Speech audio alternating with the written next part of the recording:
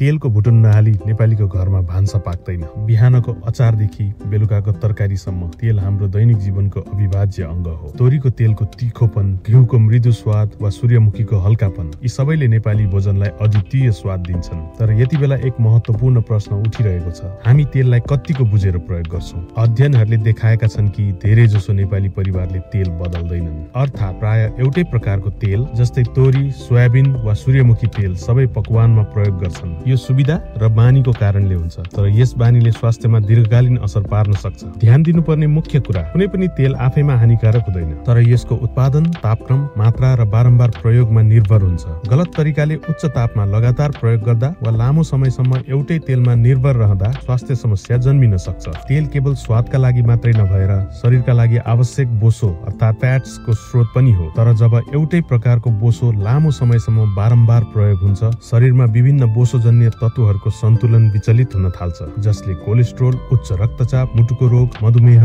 र इन्फ्लामेसन जस्ता समस्या निम्त्याउन सक्छ। आउनुहोस् नेपाली भान्सामा प्रयोग हुने विभिन्न तेलहरू र तिनको स्वास्थ्यमा रहने प्रभावको बारेमा बुझौं। पहिलो हो तोरीको तेल अर्थात् मस्टर्ड ओइल। नेपाली भान्साको आत्मा नै तोरीको तेल हो। यसमा प्राकृतिक एन्टिअक्सिडेन्ट र ओमेगा 3 बोसो हुन्छ, जुन मुटु र मस्तिष्क स्वास्थ्यका लागि उपयोगी मानिन्छ। तर यसमा इरोसिक एसिड नामक तत्त्व पनि हुन्छ, जुन स्वास्थ्यको लागि प्रतिकूल मानिन्छ। विभिन्न पश्चिमा राष्ट्रहरूले तोरीको तेलमा पाइने यही तत्त्वलाई औल्याएर यस तेललाई खाद्यजन्य र खाना पकाउनको लागि प्रयोगमा प्रतिबन्ध समेत लगाएका छन्। तर पछिल्लो समय गरिएका अनुसन्धानहरूले यो तथ्यलाई पूर्ण प्रमाणित भने गर्न सकेको छैन। अर्को कुरा चाहिँ लगातार उच्च तापमा प्रयोग गर्दा तोरीको तेलको गुण घट्दछ। त्यसैले यसलाई मध्यम तापमा पकाउने परिकार अर्थात् तरकारी, अचार र स्यालेडहरूमा प्रयोग गर्दा राम्रो मानिन्छ। नेपाली भान्सामा अर्को टुट्दै नटुट्ने कुरा भनेको घिउ हो। घिउ हाम्रो परम्परागत सुपरफुड पनि हो। यसमा स्याचुरेटेड फ्याट हुन्छ, जसले खाना स्वादिलो बनाउँछ र पाचन तन्त्रलाई ऊर्जा दिन्छ। तर अत्याधिक प्रयोगले कोलेस्ट्रोल बढाउने सम्भावना हुन्छ। त्यसैले घिउलाई पर्व वा विशेष परिकार जस्तै सेलरोटी, खीर, पुरीमा सीमित प्रयोग गर्नु नै स्वास्थ्यकर मानिन्छ।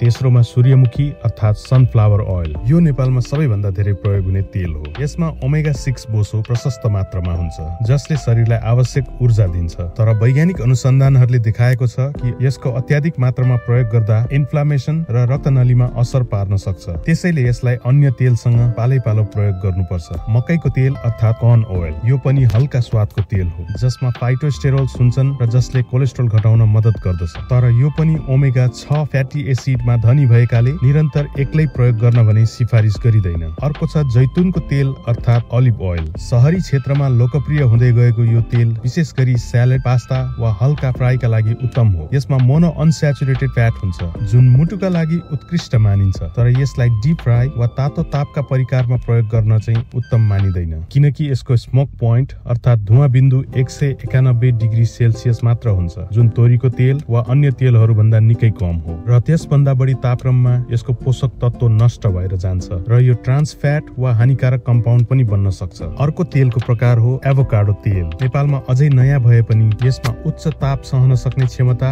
र एन्टिअक्सिडेन्ट गुण हुन्छ। यदि उपलब्ध छ भने यसलाई कहिलेकाहीँ वैकल्पिक रूपमा प्रयोग गर्दा उत्तम हुन्छ। वैज्ञानिक हिसाबले एकै प्रकारको तेल सधैँ प्रयोग गर्नुभन्दा विभिन्न तेलहरू पालैपालो प्रयोग गर्नु उत्तम मानिन्छ। जब हामी निरन्तर एकै प्रकारको तेल प्रयोग गर्छौं, शरीरमा एउटै प्रकारको बोसो मात्रै प्रवेश गर्छ। यसले फ्याट इम्ब्यालेन्स अर्थात् बोसोको असन्तुलन निम्त्याउँछ। उदाहरणका लागि केवल सोयाबिन वा सूर्यमुखी तेल प्रयोग गर्दा शरीरमा ओमेगा 6 अत्याधिक हुन्छ, जसले इन्फ्लामेसन बढाउँछ। त्यसैगरी केवल घिउ वा तोरीको तेल मात्रै प्रयोग गर्नाले स्याचुरेटेड फ्याटको मात्रा बढाउँछ। साथै अर्को महत्त्वपूर्ण कुरा, धेरै जसो घरमा एउटै तेल पुनः तातो बनाएर बारम्बार प्रयोग गर्ने चलन पनि हुन्छ। यसरी तातो तेल पुनः प्रयोग गर्दा त्यसमा ट्रान्स फ्याट र फ्री रेडिकल्स बन्ने गर्दछन्, जसले मुटुका धमनीलाई क्षति पुर्याउँछ, रक्तचाप बढाउँछ र दीर्घकालीन रूपमा क्यान्सरको जोखिम पनि बढाउँछ। त्यसैले विभिन्न प्रकारका तेलहरू पालो पालो गर्दै प्रयोग गर्नु सबैभन्दा बुद्धिमानी हुन्छ। बेला बखतमा एक प्रकारको तेल प्रयोग गरेर अर्को पटक फरक खालको तेल प्रयोग गर्ने अभ्यास कुनै विलासिता नभएर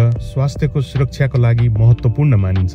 हप्तामा वा महिनामा विभिन्न तेल प्रयोग गर्दा शरीरले स्याचुरेटेड, मोनो अनस्याचुरेटेड र पोली अनस्याचुरेटेड बोसोलाई सन्तुलित रूपमा प्राप्त गर्दछ। अझ विभिन्न प्रकारका खानेकुराका लागि फरक प्रकारको तेल प्रयोग गर्न सकियो भने यसले बोसोको सन्तुलनमा महत्त्वपूर्ण भूमिका खेल्छ। उदाहरणका लागि दैनिक तरकारी र अचारका लागि तोरीको तेल, मध्यम तापका भान्साका लागि सूर्यमुखी वा सोयाबिन तेल, डीप फ्राई जस्तै पकौडा, सेलरोटी, समोसाका लागि मकैको तेल वा घिउ जस्तो आलो पालो प्रयोगले शरीरलाई विभिन्न प्रकारका बोसो वसो, एन्टिअक्सिडेन्ट र भिटामिनहरू सन्तुलित रूपमा दिन्छ। यसले मुटु, मस्तिष्क, छाला र पाचन प्रणाली सबैलाई सन्तुलित सहयोग पुर्याउँदछ। नेपाली परम्परामा भने विभिन्न परिकारका लागि विभिन्न तेलको प्रयोग पुरानै चलन हो। अचारमा तोरी, मिष्ठान्नमा घिउ र दैनिक खानामा हल्का तेल पकाइन्थ्यो। अहिले बजारीकरण भएर आएका तेलसँगै यो विविधता हराउँदै गएको देखिन्छ। तर पुरानो चलनलाई आधुनिक वैज्ञानिक बुझाइसँग जोडेर पुनः अपनाउन सकिन्छ। आफ्नो परिवारको भान्सामा सानो परिवर्तन अर्थात् पालैपालो विभिन्न तेलहरू प्रयोग गर्ने अभ्यासले दीर्घकालीन रूपमा मुटु रोग, उच्च रक्तचाप र मधुमेहको जोखिम घटाउँछ।